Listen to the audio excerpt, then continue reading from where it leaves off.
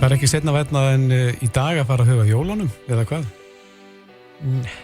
Ég nú ekki alveg byrjaður, en þó ég byrja nú snemma að huga jólagjöfum, það var ekki alveg byrjaður.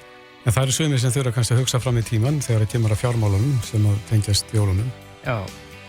Björn Berg Gunnarsson, fjármálaráðgjafi frá björnberg.is, hann setti færslu á Instagram í morgun þar sem hann einmitt að svona fari við þessi mál með sínum fylgjendum. Velkomin Björn. Takk fyrir kærlega.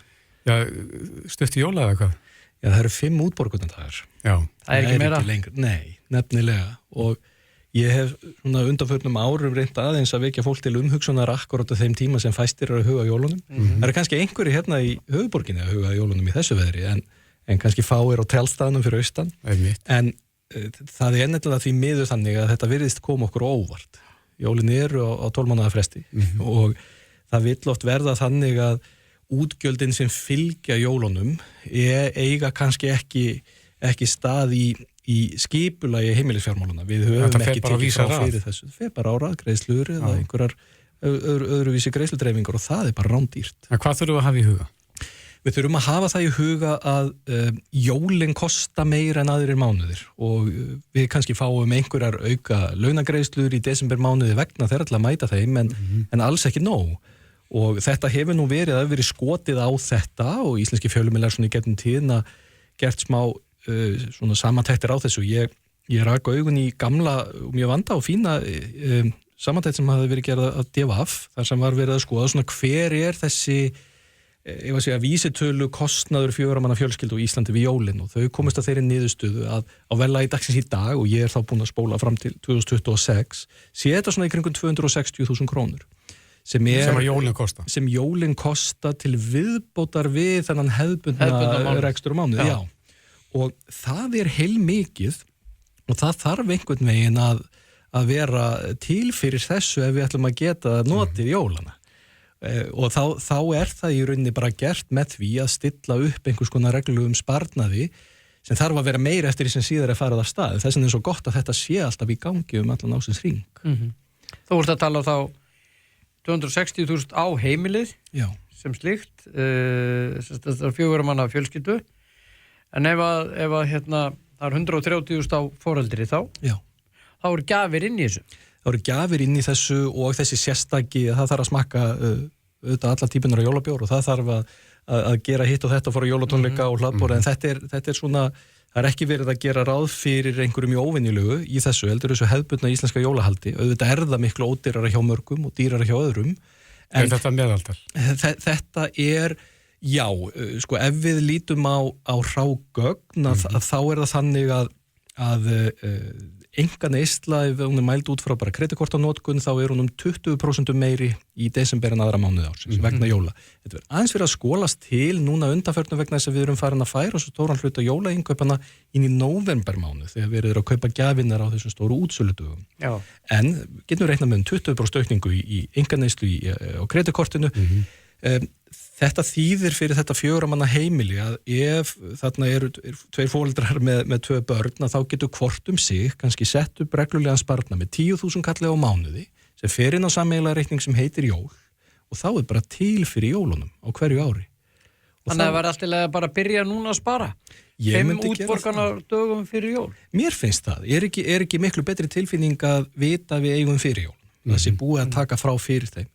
Og ef það er þannig að svigrúmið er ekki til staðar og fólk getur ekki lagt fyrir, þá held ég að þurfi að byrja að skipuleggja kannski aðeins svona, ef að segja, minni neyslu en kannski til stóð, líka vegna þess að á þessum mánuðum sem liðnir eru frá síðustu jólum, það er verðlag hækkað. Já. Og það ég tók nokkrar vörutegundir, svona nokkra útgjaldalið sem tengjast jólunum og bara saman við nóvember í fyrra. Ef við ætlum til dæmis að kaupa skartgripi eða úr fyrir makan okkar, þá hefur sá útgjaldaliður hækkað 7% frá síðustu jólum. Það er 7% dýrara að versla til slíkar gjafir. Það er 5% dýrara að kaupa lambarhýkin og lærið. Það er 6% dýrara að kaupa svínakjötið í hamborgarhýkin. Leikföng eru 2% dýrara en þau voru desember á síðast árið og kostar 2% meira að fara út að borða. Og Þannig að við getum ekki reiknað með að þetta kosti það nákvæmlega sama og í fyrra ef við ætlum að leyfa okkur það sama. Ertu að miða við þá daginn í dag eða jólin? Þá er ég að miða við sko frá síðustu jólum og til dagsins í dag. Já. Þá er þetta verðhækkun. Jafnvel hækkað núna á næstu 5 útborgunardögum. Já, það er bara alls ekkert ólíklegt. Og þetta er auðvitað ekki svona það skemmtilegasta sem fólk gerir að skipuleggja svona, en ég held að þetta sé öllu skárra en að neyðast til þess að dreifa reikningum og takast síðan á við það allt saman á 9 ári. Nú akkurat ekki það sem við viljum. En hvað sparast mikið á því að eiga fyrir jólunum? Svona samanborið við að skulda?